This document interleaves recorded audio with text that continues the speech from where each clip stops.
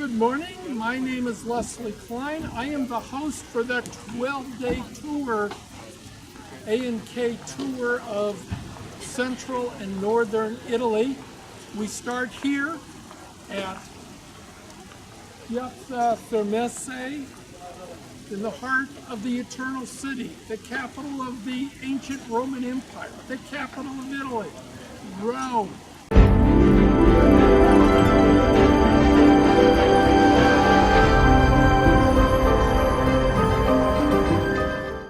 Our first full day in Rome, we have to find our guide Georgia and her pretty sign. We start at Campo di Fiore. Now the market sells all types of stuff beyond flowers. You can get a mixed fresh salad from these stores. Also, by law, each vegetable has its growing location. This is Italy. These fountains, the water is drinkable. So prosciuttos and Romana, the cheese of Rome, for pizzas. One, it contains more juice, more milk inside, and it's fresh. By fresh, I mean that it was made this morning. It's a very old place. They opened in 1824. Bakery. These are the traditional long Italian pizzas, thin, sold by the milligram. You just hold out your hand, say how much you want, and they'll weigh it up, and it's yours. Set up by the Pope during about 400 years ago, during the Papal States. The whole area was rebuilt after being destroyed in the Second World War. At its heyday, there were 100,000 Jews in this ghetto. Today, it's just kosher restaurants. This is a rice bowl with tomato sauce and mozzarella. The original recipe was with ragu sauce, but we are in the ghetto, so no meat, just the tomato sauce and the mozzarella. Here in the Jewish ghetto is the entrance to Caesar Augustus's home in Rome. This is the second largest synagogue in Europe, the first in Budapest. The Pope refused to allow a synagogue to be built in the style of a synagogue, and that's perhaps why the Germans didn't destroy it. This bridge was built in 62 BC. The Tiber River. And the original and real Rome is the one we just left, so on the right side. And this thing of calling the things that were built on this side Trastevere, like it's another city. Wednesday morning begins at the Colosseum. The entranceway is the Arch of Constantine. The white lines are where the Colosseum ended before it was collapsed in an earthquake in the 1300s. The amphitheater was not circular in shape but elliptical. There are two ways to get up to the ground level of the Colosseum. The stairs are one. That way is via elevator. At last, a view of the Colosseum.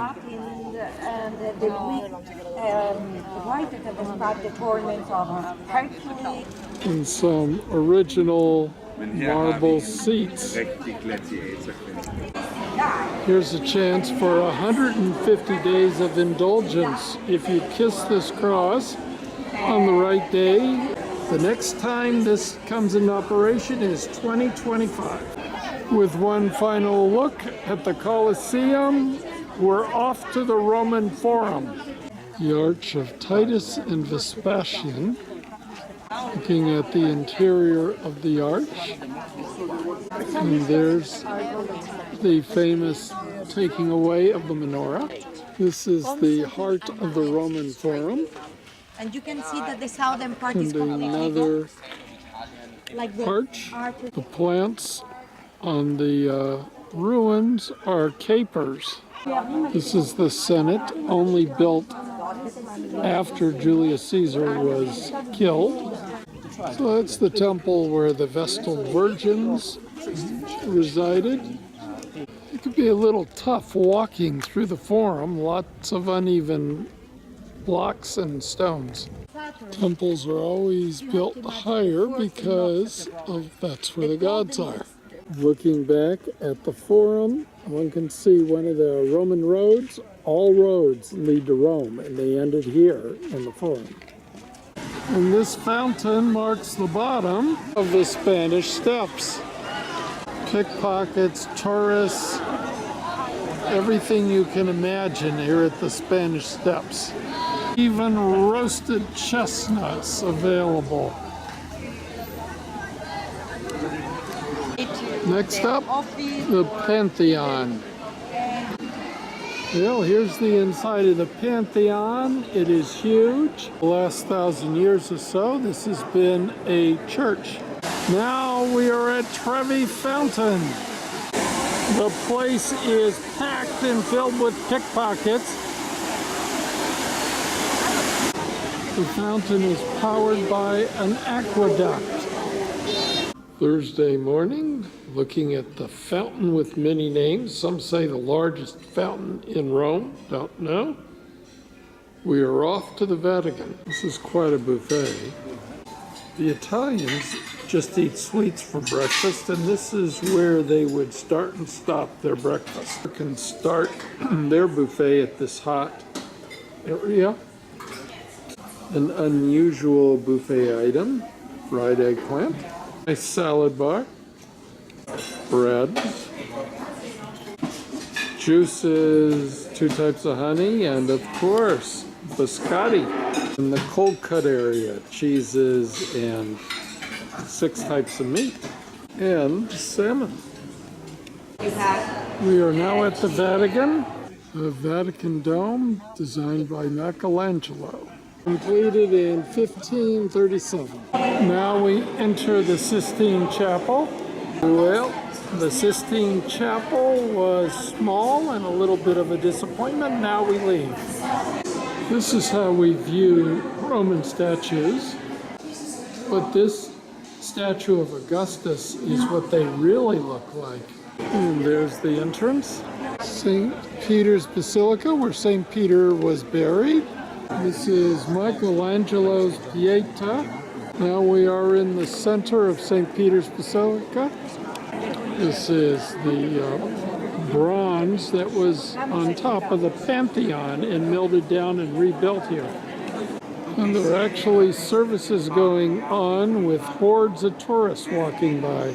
This is a look at St. Peter's Square. The Pope is standing right here, leading the services. There are the Swiss guards who guard the Vatican. The colors of the Swiss guard are from the Medici family. And we're going to stop at some interesting places along the way, such as Siena. Friday begins with a visit to the medieval city of Siena. City that was most powerful in 1000 AD. To get to the cathedral, you have to go up this flight of stairs. Climbing a hill, we arrive at the Duomo of Siena. At high noon to the bells. Built in the 13th and 14th century, built in Romanesque style. And look at all the colors. The floors in this cathedral are covered with these beautiful marble And here you see the carvings. because The church also features 4 Michelangelo statues. This is the Piazza de Campo, where the horse racing takes place. This is a huge square, hold 30,000 people. Having lunch at Bar Palio, and they feature sandwiches, drinks, pizza. Next, we go to Florence, the birthplace of the Renaissance and the home of Michelangelo's David. Now we have arrived in Florence, Firenze, and there's the Duomo Church and where our hotel is located. The Arno River and the Portovecchio Bridge. And that is the Synagogue of Florence. Florence was founded in 50 BC as a retirement community for people living in Rome wanting to get away from the hectic city. The Piazza de Repubblica was the site of the Roman Forum. The reason all these people are in line is to see Michelangelo's David. At last, Michelangelo's David, made of Corona marble, supposed to go on top of a church, but never made it there. Sculpted for the city of Florence, Firenze, and the Medicis. Now, had the statue been put outside, it would have looked something like this. The best view of the David. This church, the Duomo, is Florentine Gothic, which is a mixture of Romanesque and a elementary Gothic style. There's the dome of the Duomo.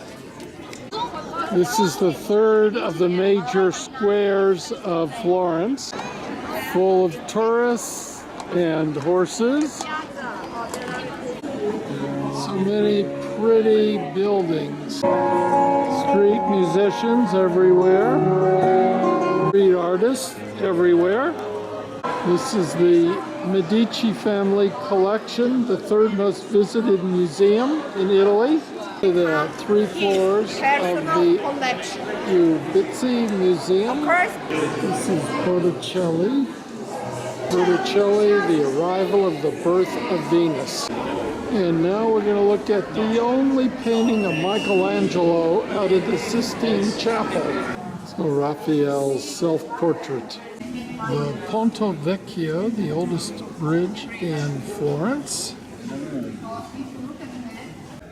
Hotel Brunelleschi is a 4-star hotel.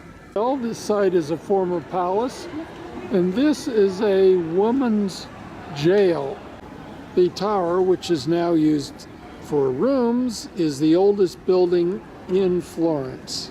According to some theories, it was built by the Byzantines who took over the region in 500 AD as part of the walls. Other theories are that it was built by the Lombards who conquered in 550 AD and used it as a home.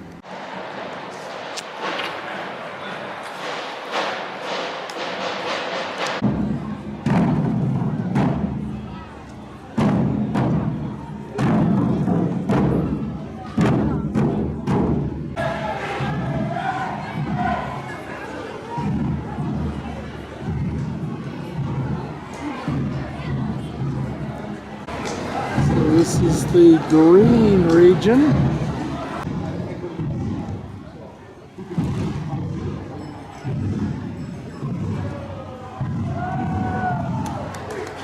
And everywhere you see bars, which in Italy are really coffee and sandwiches throughout the day. The cooking school, the major cooking school of Italy.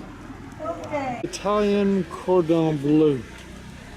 This is how you make pasta, Italian style. 1 egg, a couple of cups of flour, and a couple of cups of water, stirring it in the inside of the volcano. Puree some tomatoes. Questions? So this is the so-called Leaning Tower of Pisa, which doesn't look like it's leaning too much. Wait. Oh, I had the camera tilted. It's leaning. 300 leaning steps lead you to the top of the Leaning Tower. The tower was completed in 1372. This is the baptistry of the Pisa Church. So this is quite a place for a baptism. A baptism costs 100 euros.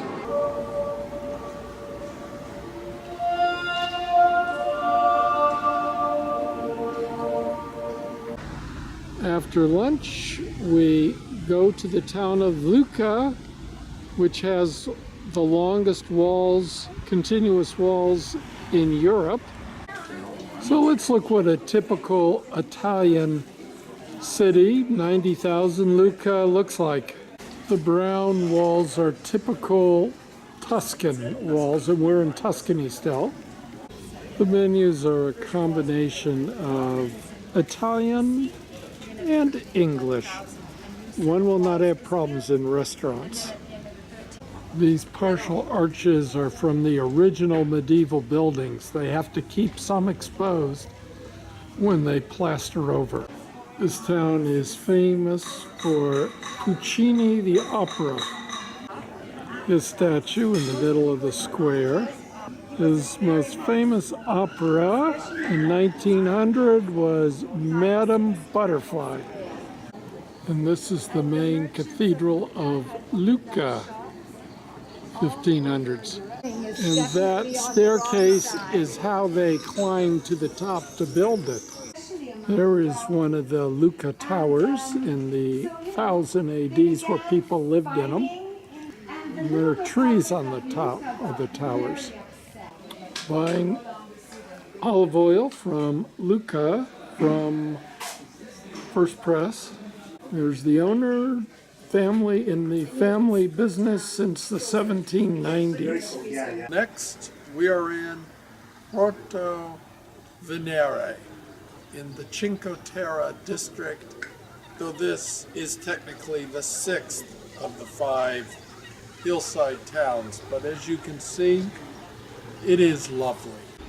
Tuesday morning, Portovenere in the southern end of Cinque Terra. Portovenere was a Genoese city, the furthest south of the Genoese cities.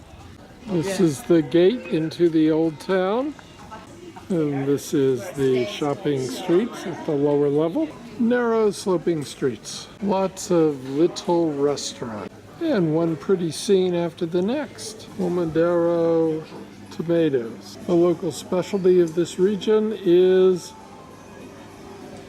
pesto. This town is on various levels, separated by 50-60 steps per level.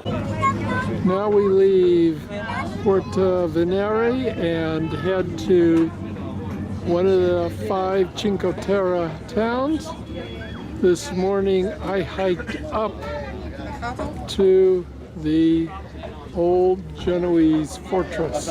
There are more people on this ferry than are allowed. The southernmost of the Cinque Terra towns is Riviera, built into a narrow valley. It was a commercial and military founded port, 1000. and for this reason, Pisa, with its castle or fortress, looks like a very pretty town. At the end of our hour-odd boat ride, we disembark at Venice, a small semi-sandy beach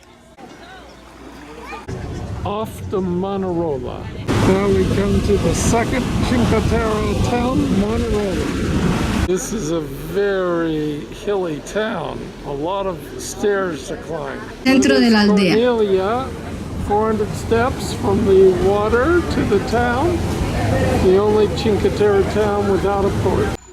This is one of the top views of the world, right here as you enjoy breakfast.